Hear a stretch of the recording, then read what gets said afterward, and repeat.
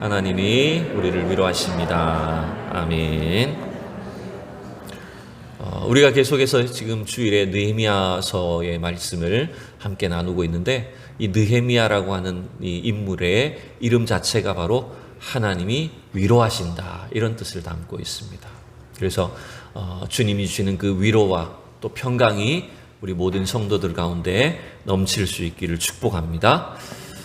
그런데 이 느헤미야서를 보면서 좀 그런 마음도 듭니다.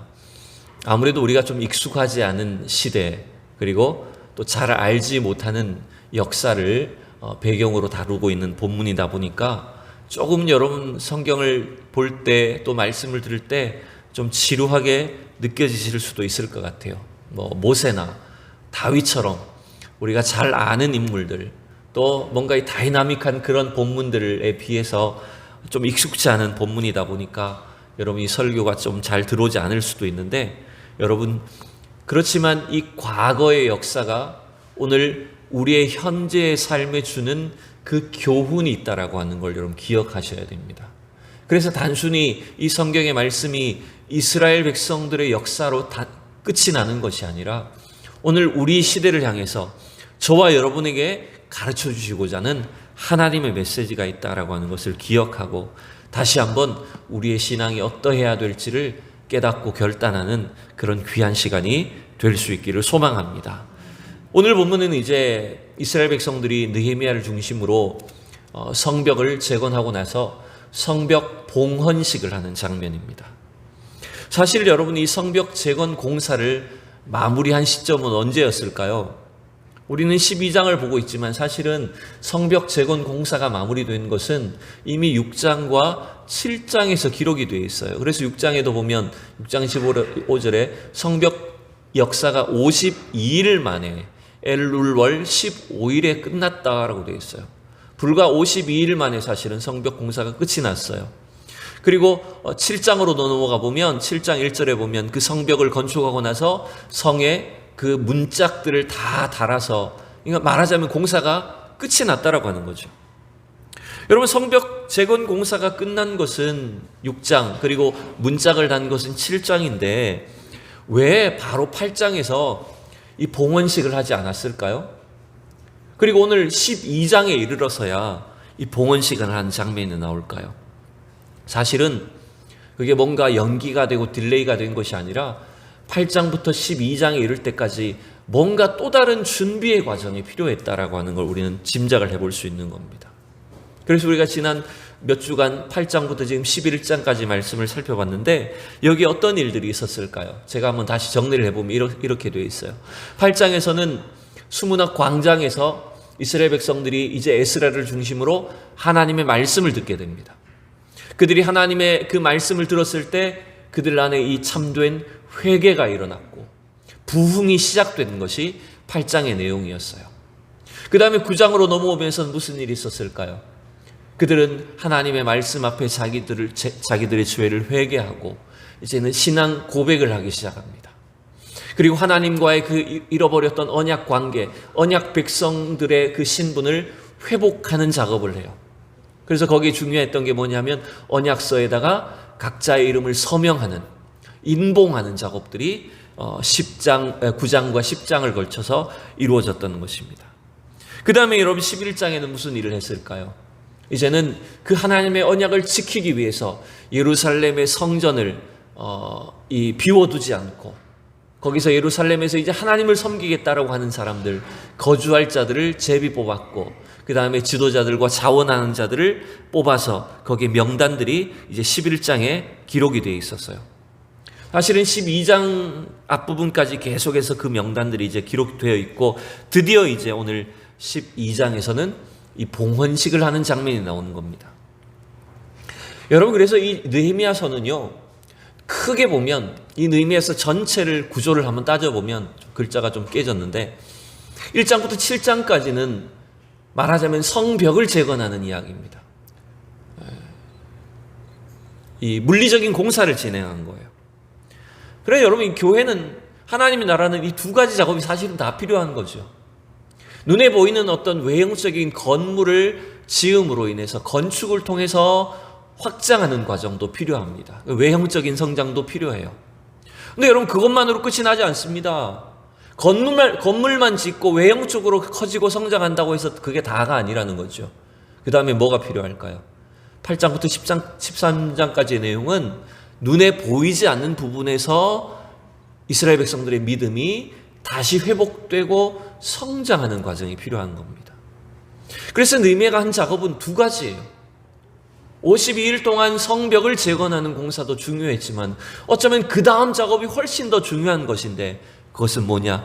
눈에 보이지 않는 믿음을 세우는 것입니다. 여러분, 이 두 가지의 성장과 부흥의 역사가 오늘도 우리 교회 가운데, 저와 여러분의 신앙 가운데도 날마다 일어날 수 있기를 축복합니다. 이 두 가지 작업을 우리가 해야 된다는 것을 이 느헤미야서를 통해서 알 수가 있는 거예요. 결국 여러분, 하나님께서 느헤미야를 예루살렘에 보내신 이유는 이 두 가지 작업을 다 이루시려고 한 것입니다. 드디어 느헤미야는 이제 이스라엘 백성들과 함께 이 두 가지 작업을 진행하면서 오늘 성전 봉헌식을 하는 내용이 본문에 기록이 되어 있습니다. 자, 27절을 먼저 보면 앞부분에 이렇게 시작을 하고 있죠.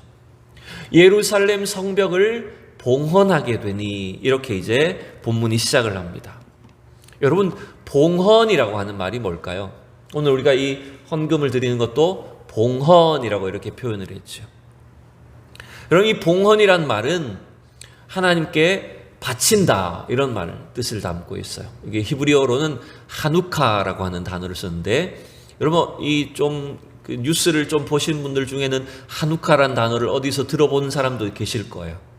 하누카는 나중에 이스라엘 백성들이 신약 시대로 넘어오면서 이 하누카라고 하는 수전절이라고 하는 절기를 만들어서 지키게 됩니다. 이제 물론 그것은 이 느헤미야 성벽 재건과는 별로 상관이 없고, 그 후에 일어난 어떤 성전 봉헌과 관련된 절기인데, 말 그대로 바친다, 하나님께 바친다라고 하는 의미에서 이 하누카라고 하는 절기를 만들게 되었어요.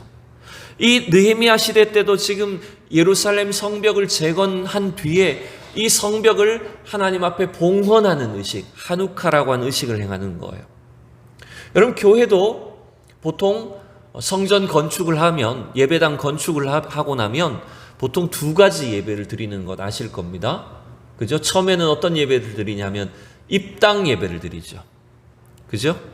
입당 예배를 드리고 나서 또 한참 후에 가다 보면 몇 년 뒤에 무슨 예배를 드릴까요? 헌당 예배라고 하는 걸 드립니다. 여러분, 기억나시나요? 입당 예배가 있고 헌당 예배가 있어요. 이게 다 한자로 쓰여진 용어이긴 한데, 입당과 헌당의 차이는 뭘까요, 여러분? 입당과 헌당의 차이가 뭡니까?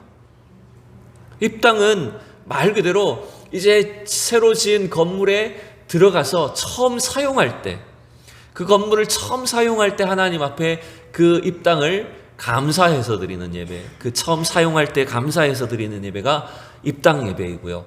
그럼 헌당 예배는 뭘까요? 헌당 예배는 오늘 이 봉헌과 관련이 깊은 겁니다.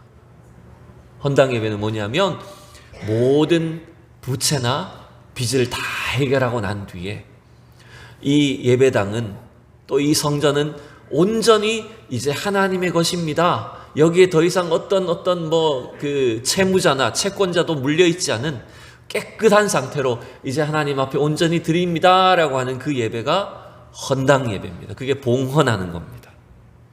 그러니 여러분이 느헤미야가 지금 이스라엘 백성들과 함께 52일 만에 성벽을 재건하고 또 이스라엘 백성들의 믿음을 회복하는 과정을 거쳐서 오늘 성벽 봉헌식을 하는 것은 무슨 의미가 있을까요?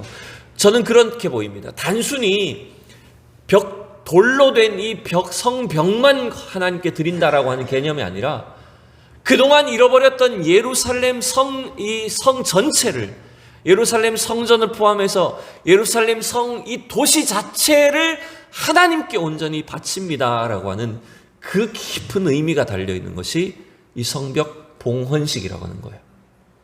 몇 년 전에 우리나라의 대통령을 하셨던 분이 또 서울시장을 하시던 시절에 그분이 어떤 기독교 행사에 참여해가지고 서울시를 하나님께 봉헌합니다. 이래가지고 난리가 났던 적이 있죠. 물론 그분은 순수한 의도에서 했다라고 우리가 볼 수도 있겠지만, 굳이 여러분 그 자리에서, 공적인 자리에서 서울시를 하나님께 봉헌합니다라고 할 필요는 없었을 것 같아요. 굉장히 정치적으로 논란이 되고 시끄러웠던 그런 것들이 여러분 기억이 나요.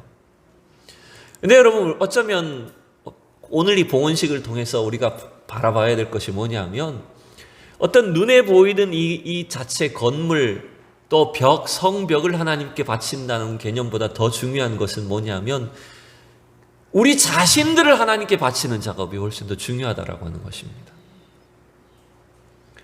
대통령으로서 혹은 서울시장으로서 이 도시를 하나님께 바친다라고 하는 선언하는 것보다 훨씬 더 중요한 것은 뭘까요? 우리 자신들을 하나님의 것으로, 하나님의 소유로 인정하고 주님께 바칩니다라고 하는 그 헌신이, 그 봉헌이 사실은 훨씬 더 중요하다는 거예요. 여러분, 저와 여러분은 하나님의 소유이고 하나님의 것임을 여러분 믿으시기 바랍니다. 또한 우리가 나의 나 된 것은 온전히 하나님의 은혜로 된 것, 하나님의 도우심으로 우리가 이 자리에 있게 된 것이기 때문에, 여러분, 우리가 세상에 어떤 물질이나 어떤 거창한 것들을 하나님 앞에 드리지 않는다라고 할지라도, 저와 여러분이 오늘 나의 모습 그대로 주님 앞에 나를 드릴 때, 우리 자신을 하나님 앞에 봉헌할 때, 여러분 그 예배를, 그 신앙을 주님이 참으로 기뻐 받으실 줄로 믿습니다. 여러분, 이러한 봉헌이 사실은 우리의 예배 가운데 날마다 이루어져야 된다는 거예요. 자, 오늘 말씀에서 느헤미야는 또 다른 봉헌식의 준비를 하는 걸 볼 수 있습니다. 30절 말씀을 같이 한번 읽어봅시다. 시작. 제사장들과 레위 사람들이 몸을 정결하게 하고 또 백성과 성문과 성벽을 정결하게 하니라. 아멘. 여러분, 오늘 이 30절에서 느헤미야가 지금 성벽 봉헌식을 준비하는 과정에서 가장 특징적으로 눈에 띄는 것이 뭡니까?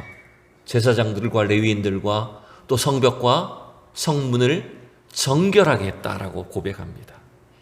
여러분, 하나님 앞에 드리는 예배와 봉헌에 앞서서 깨끗함이 필요하다라고 하는 거죠. 물론 여기서 여러분 정결하게 했다라고 하는 것은 율법이 규정한 어떤 의식을 행하는 차원일 수 있어요. 정결 의식을 행하는, 목욕을 하고 성벽, 성문을 청소하는 그런 정결 규례를 따랐다라고 하는 행위를 나타내는 것일 수도 있습니다. 그렇지만 여러분, 이 정결 의식이 우리에게 가르쳐주는 것이 뭘까요? 저와 여러분의 신앙은 하나님 앞에 나아갈 때 날마다 우리의 이 죄와 우리의 연약함을 고백하며 죄를 씻음으로 인해서 하나님 앞에 나아가는 자들이 되어야 된다라고 하는 것입니다. 여러분, 그런데 우리의 죄를 씻음으로 하나님 앞에 나아가야 된다고 했을 때 이것이 우리가 완벽한 사람이 되어야 된다는 것은 아닙니다, 여러분. 왜 그럴까요? 우리는 누구도 완벽한 사람일 수가 없기 때문이에요. 우리가 완벽하게 깨끗한 사람이 되어서 하나님 앞에 설 수 있다는 것이 아닙니다. 그게 아니라 우리는 우리의 연약함과 허물과 죄악들을 가지고 하나님 앞에 나아가면서 우리를 구원하시기 위하여 십자가에 지신 그 예수 그리스도의 보혈을 통해서 죄 씻음의 과정을 거쳐서 하나님 앞에 나아가야 되는 존재들이라고 하는 사실입니다. 여러분 믿습니까? 지금 우리의 이 예배도 어떻습니까? 지난 한 주간 우리가 세상 속에서 살면서 여러 가지 죄도 있고 실수도 있고 허물도 많이 있습니다. 근데 그럼에도 불구하고 우리가 하나님 앞에 나오면서 예수 그리스도의 보혈을 의지해서 나아가는 겁니다. 그 보혈을 통해서 우리가 죄 씻음을 거쳐서 정결하게 함을 통해서 하나님 앞에 나아갈 때 부족하지만, 연약한 모습이지만 저와 여러분의 그 신앙과 예배를 주님이 기쁘게 받아주시는 줄로 여러분 믿습니다. 목회를 하다 보면 가끔 이런 분들이 있습니다. 자기가 교회를 나가기는 해야 되는데 내가 너무나 이 죄가 많아서 옛날에 지은 잘못한 일들이 너무 많아가지고 하나님 앞에 못 나갑니다. 이런 분들이 있어요. 그래서 제가 목사님, 제가 좀 깨끗하게 하고 나면 나가겠습니다. 제가 아직도 술, 담배를 못 끊었거든요. 술, 담배를 끊으면 나가겠습니다. 이런 분들이 계십니다. 물론 순수한 마음에서 정말 하나님 앞에 부끄럽지 않은 모습으로 신앙생활을 하고 싶다라고 하는 그런 의지, 그런 표현일 수도 있습니다만은 여러분, 그건 착각입니다. 여러분, 우리가 구원받는 믿음은 내가 정결하기 때문에 구원받은 게 아닙니다. 우리는 우리의 이 죄에 있는 모습, 우리의 허물과 연약한 있는 모습 그대로 하나님을 앞에 나아갈 때 주님이 우리의 믿음을 보시고 우리를 깨끗하게 여겨주시는 것입니다. 여러분, 믿습니까? 자, 여러분, 로마서 8장에 보면 우리가 언제 구원받았다고 되어 있습니까? 언제 하나님이 우리를 구원하셨다고 되어 있습니까? 우리 같이 읽어봅시다. 시작. 우리가 아직 죄인 되었을 때에 그리스도께서 우리를 위하여 죽으심으로 하나님께서 우리에 대한 자기의 사랑을 확증하셨느니라. 우리가 언제 예수님을 통해서 구원받았다고 말합니까? 어떤 상태에서? 우리가 죄인 되었을 때. 우리가 스스로를 막 깨끗하게 하고 정결하게 해서 내가 완벽한 사람이 되었을 때 하나님이 나를 구원해 주신 게 아니에요. 나의 이 연약한 모습 그대로, 내 모습 이대로 주받으옵소서.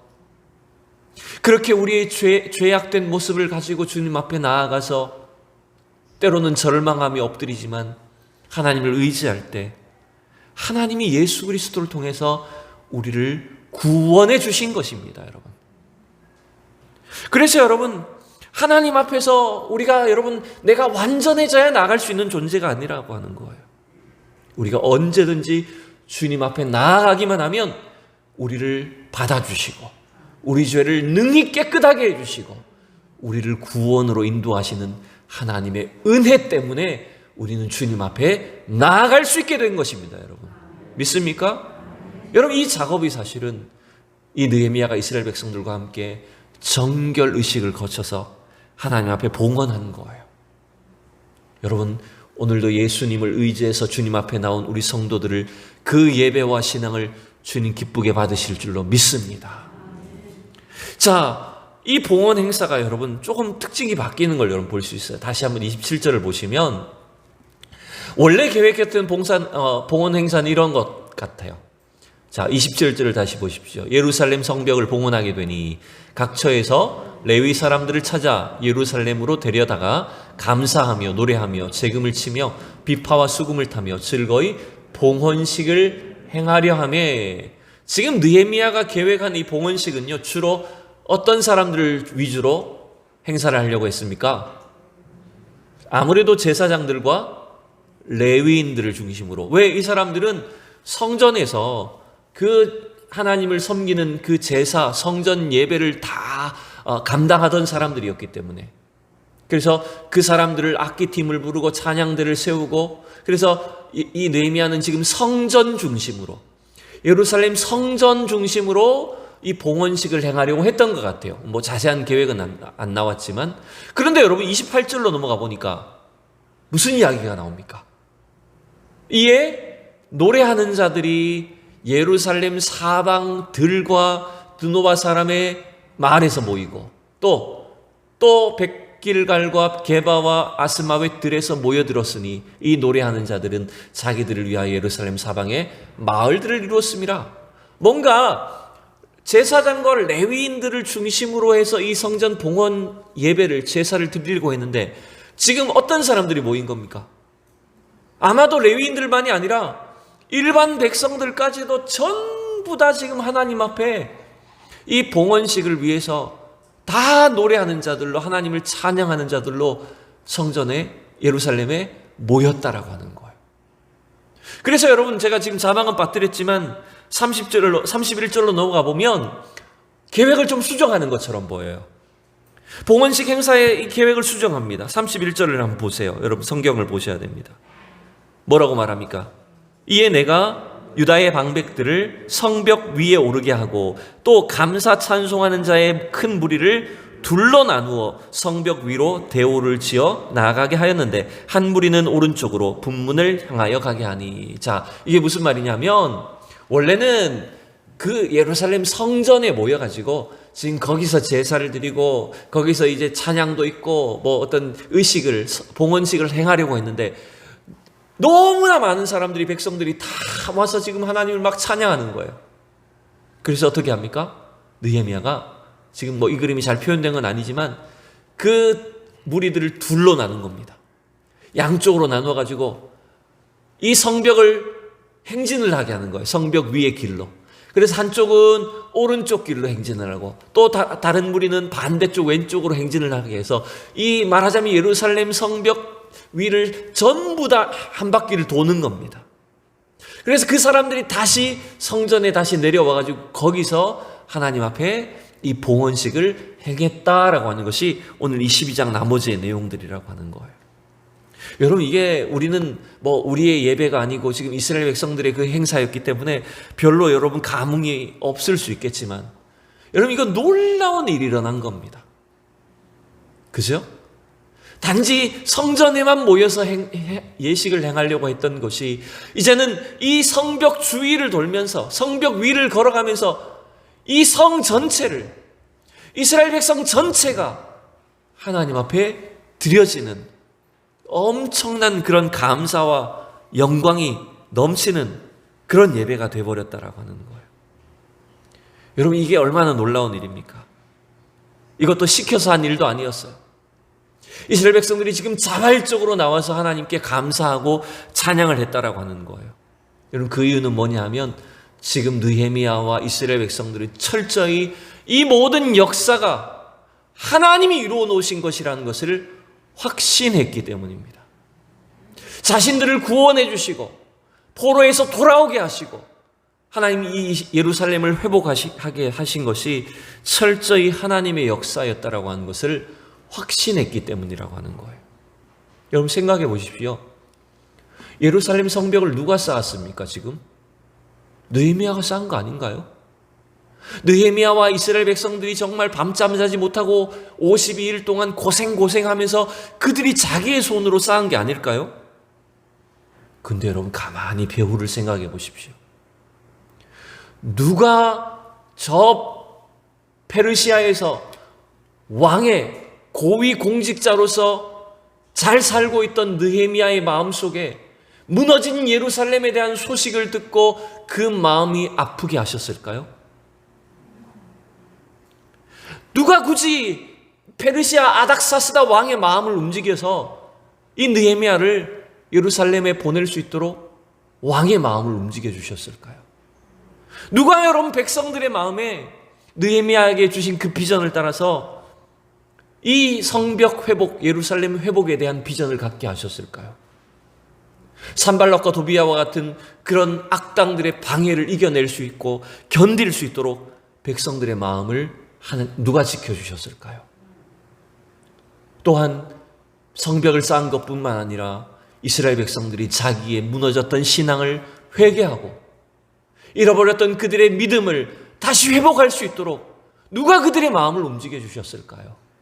여러분, 표면적으로는 느헤미야와 이스라엘 백성들이 성벽을 쌓은 것이지만 사실은 그들의 손의 배후에, 그 역사의 배후에 이 모든 일들을 주관하셨던 분은 바로 여호와 하나님이셨다라고 하는 거예요. 그걸 지금 확신하고 있는 거예요, 여러분. 여러분, 저와 여러분의 삶도 마찬가지입니다. 우리의 구원도 마찬가지입니다. 우리가 한 일이 아닙니다. 하나님이 이루신 일이십니다. 여러분, 믿습니까? 어떤 아빠가 이제 시간이 남아서 집 앞에 예쁜 화단을 꾸미고 있었답니다.